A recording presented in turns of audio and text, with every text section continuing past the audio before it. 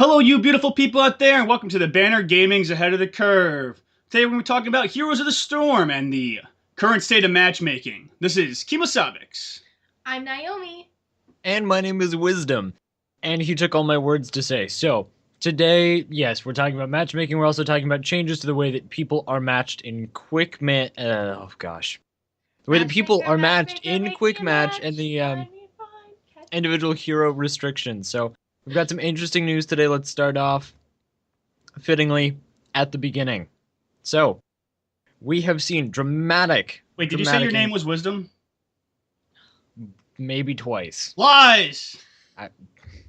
Janine distracted me. I was hoping you had gotten over that by now, but I guess not. I don't know when you started, but it's still not funny. It's not. It wasn't funny the first time. It's not funny now. I don't. But think how are it's we going to going know if it's going to be funny 100 episodes from now? There's only one way to find out. Doing this 100 episodes from now if that doesn't stop. Lies! If I was ballsier, I would just quit out of Skype right now. So we have seen that after changes, that Blizzard has made in-house, people are finding 97% of the time that they have a 45 to 55% chance to win the games that they are entered into. So it means that basically all the time you have basically a 50-50 chance of winning. It's not going to be dramatically weighted one way or the other, and that's a really, really dramatic increase from the roughly 66% chance that they were seeing before to have a fair game. So it's a good thing. It's a lot of numbers. I understand this is going to be a numbers episode, but numbers are good. Numbers are your friend. Statistics are valuable. They've made a lot of changes over the last couple months, and I don't think it's going to be a full numbers episode at all, but it's nice to see that the games are more even. I mean, when the game first came out, I mean, you could go against 2 healers to no healers, 2 tanks to no tanks, a full healer tank comp, 1 healer, 1 tank, 3 DPS to anything. And you still can't queue with 3 specialists. And it was really, I mean, sometimes it was really nice because you were highly advantaged, but times you weren't. It kind of made the whole game like crappy. Like, oh, I gotta sit through 30 minutes of getting my kick, the crap kicked out of me. So now that Kimo's been kind enough to bring this up, the numbers that correspond to only roughly every 3 in 10,000 games, so that's not very often, for those of you who don't want to do the math, that we see compositions where there are teams that have a warrior or a support going up against a team that does not. So usually they're fair. If you have a warrior, you can expect a warrior in your team as well. Same thing for support. So if you are going to be queuing up as a warrior or a support, do your team a favor and queue up as a good one, not one of the bad ones, please. Yeah, we'll talk about this later in the episode. They are making a step towards one of my biggest things that I feel that they can improve on, but it's just odd still with some of them, like when you get a Rexar or a Tassadar, and the other person has Morales, a Lily, or an actual Morales. Tank. It's not really. It's like you're queuing up to put yourself in a situation that's unfair. So, but I think they were making a good step to that. Like my Healy beams. What I find very interesting though about this article is the new players versus veterans. They are making it so they decrease likelihood of inexperienced players that we match up against players who know what they're doing. Pretty much says prior to the phase 1, about 500 every 10,000 games put new players against veterans. After this one, it's 5 in 10,000, which is great. I'm still curious how that works out if the new player plays with a vet, and that's how the quick match and all that how that works with their calculations. I have a theory about that. I don't have any hard numbers. I have seen consistent and equal numbers of low players versus low players if someone gets queued in a party. So, for instance, if my team has like a party of 3, and one of those players is at like level 6 or something like that, like their account is at level 6, usually there's one random person on the other team who's also at like level 10 or 15 or something like that. So even when they are incorporated into a party, it seems like if you have, 4 veterans and a brand new player, you'll end up with 4 veterans against and a brand new player on the other team as well. At least from what I've seen, it's very rare that, at least in my experience, we go up against, a set of like a team of 2 against a team of 2, and then 3 randoms on each side, and one of those randoms on either team ends up just being like at level, 10 or 15 or something like that for their account. So that's uncommon, at least in my experience. I hope you're right. The whole thing is interesting because as you compare the skill level of new players to vets, you also, they're switching it where rank 4 players or rank 1 players won't queue up against other rank 4 players. Are working on them so they continuously, or lower. They'll queue up against higher level players. So the skill gap between a new player and a vet, and the skill gap between a rank 4 and a rank 1, very big skill gaps. And when you have a full team of 5-on-5, and if one person out of that team is completely new or underskilled for either the rank 1 to rank 4 or vet to new, it really throws off the end game, and it really shows because, how many times have you been in a game where all 4 of you people are together and there's one guy up in fuck all Bumsville up top there doing nothing except going in deep and getting ganked instead of staying with the entire team. Even though I say stay with the team, there's 4 people. How you just follow along. I feel like he's talking about me. No. Why are you talking about me? You're not excluded from this, but, and it's a different thing in ranked play. Essentially what that does is that makes the other team win. You go 4v5, it's highly unlikely. I'm sure there's games where there's, both 4-on-4 and there's still 1-on-1, if they're equal skill level up in, fuck knows where, doing whatever, and whatever team gets to, pop a cap in that ass first wins. But it's the same thing for rank 1 to 4. It's that skill level difference where if you have somebody with that much lack of a skill to the rest you're playing, beginning game with laning and all that, you might get away with it, but then at the end game, it clearly shows that you were duped. So it's not fun just to have that one person. Like, you try, you go on a 5v5, you team fight, it's fun to just do it right and try your best at the end. It's frustrating when you have Fucksville person and then you die 4v5, and that's not fun for me. The 5v5 going hard as you can, actually doing it right is fun. And I get frustrated when they do that. So I'm glad they're trying to work on making that better. But that's what brought up the whole thing. What happens, when I queue with Naomi and vice versa, where you have somebody with 1,000 games and somebody with, 100 games, for example, how that works out. It would be interesting to see. Not that he cares very much, but... Okay, now this is actually some of the most interesting content that I think is in this big post that we're dealing with here. There are some hero-specific restrictions that are going to be implemented fairly shortly, where you have sets of heroes that are bad at holding a lane or at working well with other people, and that if they end up being queued in with other specific heroes, generally end up with losses just because of composition. And those are characters like Abathur and Cho'Gall, along with Morales, Murky, Nova, and everybody's favorite, the Lost Vikings. Why is Morales on this list? Because Morales can't lane. Every other healer can self-sustain. Morales can't. I've laned with Morales before, but... Well, it's doable, but I wouldn't compare it sit to in a lane by yourself. Murky or a Nova, And how come Zeratul not on this? Well, I guess he can lane. Yeah, Nova just can't do anything. I think this is a great step into what we were talking about before, where, if you queue with a Tassadar, you shouldn't be paired up with another healer. I think this is like the pre-evolution to that step and making exception to the rules, which is great. I didn't mean to cut you off. Well, you usually do. But I apologize this time, which I don't normally do. So that's also take true. It and continue. This is true.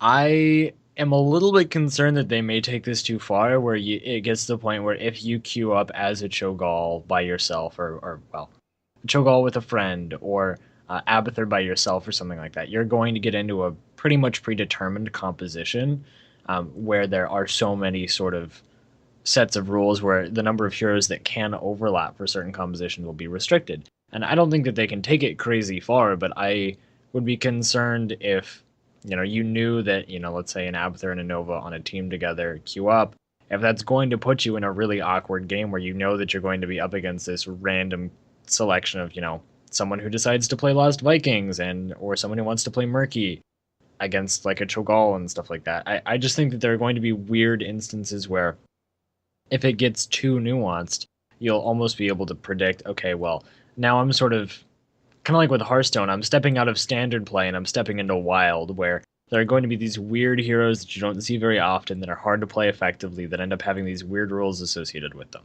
Well, this doesn't dictate what the other team has. This only dictates what you have.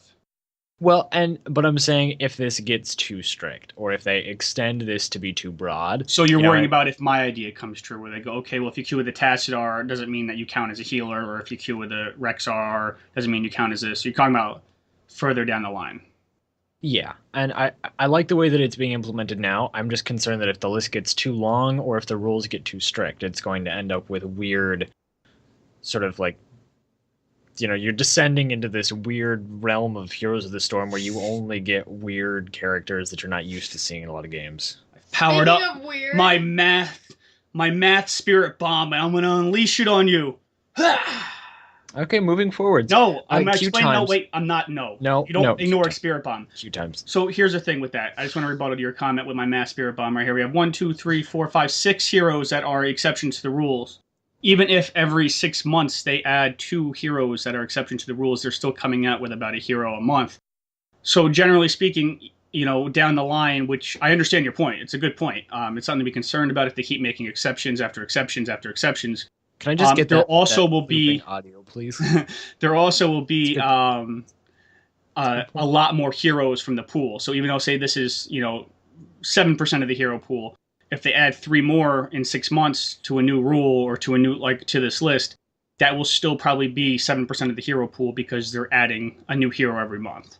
So you know what I'm saying? So there's still, it's not like we're working with the same group of heroes forever. It's not like Overwatch where it's gonna be 21 and then they're just making special rules as they go along. And I think this is really good because me and Frango, we went on a really bad Cho'Gall streak. It was really, really frustrating. We love Cho'Gall. We played a lot of quick matches. It was 100% true, man. It was like 6 games in a row. He's like, dude, I'm not doing this anymore tonight. I'm done. This was a little while ago. We got paired with an ABBA. We got paired with Novas. We got paired with people who couldn't lane. Vikings, really dumb comps. Tassadars, where the other team had healers. It was bad. We got paired with 3 tanks.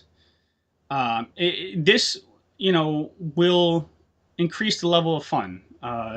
Because nobody likes Cho'Gall, Abathar, and Nova on the same team. I mean, how are you going to lane? What the hell are you going to do? You're going to rip your heads apart and then go one in each lane and have Abathar hat one to stop the bleeding while the other one bleeds out while slowly getting experience, against the minions by chucking its own guts and strangling the minions with its own guts. This got really dark. Oh, I was watching a show where this guy because of all of the queue times. We're talking about queue times. So we've seen a rise in queue times, and that's going to have a little bit of an impact, and some people aren't super happy about it. It's gone from an average of about 80 seconds to just about 130. That's not that big of a deal and not that big of a difference. I don't think that people really have much ground to get upset about it, but either way, Blizzard say that they are happy with the way that things are right now, and unless it gets progressively more and more restricted or they see really, really diverging queue times, we're going to be sticking with this. So I don't think that 2 minutes is terrible. It gives you time to get up and refill your water glass in between matches and stuff like that, and so it seems like a sensible little gap. As a new player, Janine, when you queue yourself, what's your queue times like for quick match? Really long. For quick match? Yeah. Mine have been actually pretty long lately too. Depending on the day, like yesterday they were fairly okay, but on a normal day they're like 6 minutes. Can I tell you something? And this is 100% no joke. My first game of Heroes I played after like a couple day break, I go in, it's 5 people on the same party versus 2 people I believe was on my party together. All right, and that doesn't happen in a long time. But the irony of it is when while the game's loading up, I look at the news and it says the current state of matchmaking. And you get 5 people on vent against you with us just having 2 people together and 3 guys drinking their own beers in a fucking corner. It wasn't good. I mean, despite that, in quick match, I've actually seen and been on the a team of 2 with 3 randoms against a team of 4 or 5, and still won. Yeah, it just it's more unlikely. But yeah, and I get, especially it can be a bad start to a game where everybody queues in, and then you're like, well, I guess we're fucked, and then no one's really interested in. I kind of wish they wouldn't show it. Honestly, just do it, implement the system. But in that rare chance, I mean, that hasn't happened. I don't think once since the new things come out where it's been 5v2 for me. But I kind of wish they wouldn't show it because I don't want that morale deboost. But as far as the queue times go, I have noticed a big difference in queue times. They have been longer. However, I would gladly wait an extra minute or two, even though I might get frustrated at that time. I'd gladly wait an extra minute or two for a fair game instead of jumping into a game where I might spend 20 minutes getting my butt kicked. I feel really weird saying this, but I don't know how to tell if I have a whole team, if I'm up against a whole team on Vent. Don't tell me if there's a way to know, because I don't. Well, you can't tell on Vent, but generally speaking, if there's 5 people fighting you, they're probably on some sort of voice talk server. You can't tell that they are, but okay. I mean, I don't remember seeing anything like that. Think about when we play, right? We got Wisdom, Saphira, Tardy, Greg, whoever. We're all on Vent together and we all play together. I mean, it's rare. If me and Wisdom queue together, we might be, listening to music or watching one thing. But when you have a full group, we're always talking to each other. Yeah. So, really, the last big issue here is that Blizzard's acknowledging that, they are not doing this perfectly and that there are going to be problems. I mean, we have a story from the day that this was released where, you've got a team of 5 against a team of 2, and that's just not supposed to be right. And of course, it's not designed to always be a perfect system. And that they're willing to acknowledge that, I think, is nice, because there will be instances where you will have a 10-minute queue, or you'll have an unbalanced team, or you will have a healer and they won't, and all sorts of things like that. But at the end of the day, they are still looking to make improvements to their system, and they're listening to player feedback. You're not just screaming into the void here whenever you complain about unbalanced systems and stuff like that. So yeah, they have a different channel path between Warlords and Draenor complaints, which goes into like a big furnace that heats their building, and then there's like the Heroes complaints, which they save and do something with. Actually, do something about it. Yeah. But I mean, I don't want everybody to get the wrong opinion. I've seen a lot of good changes. It's leaps and bounds better. So I'm very happy. We're not going to see a ton of rebalancing stuff coming out, over the next several weeks. I realize that a lot of people have been saying that every single week, we get huge revisions to big batches of stuff, and after the Nova and Rhaegar changes, there have been little buffs and nerfs every single week following, and that's going to be slowing down here as we sort of hone in on what we need to have the different heroes at. But the matchmaking system isn't finished, and it's going to keep on getting little tweaks as it needs it, and it will just see refinements over time. And so as we continue to play, we'll give them more data and all that good stuff. So we are going in a good direction here. Yes. And they're willing to acknowledge that they're not perfect, which is a huge step for this actually being a successful thing. So I think that about wraps us up here. Yes, it does. Thank you, everybody, for watching The Banner Gaming's Ahead of the Curve. This has been Kimasabix. I have been Naomi. And my name has been Wisdom. As always, if you like what we do and you like this video, please remember to like, comment, subscribe, all that good stuff. And if you like the art that makes us look so good here, then remember to check out our artist link down in the description below. And let us know in the comment section, would you like to hear a deep dive on, same kind of concept with Hearthstone where more and more heroes get added?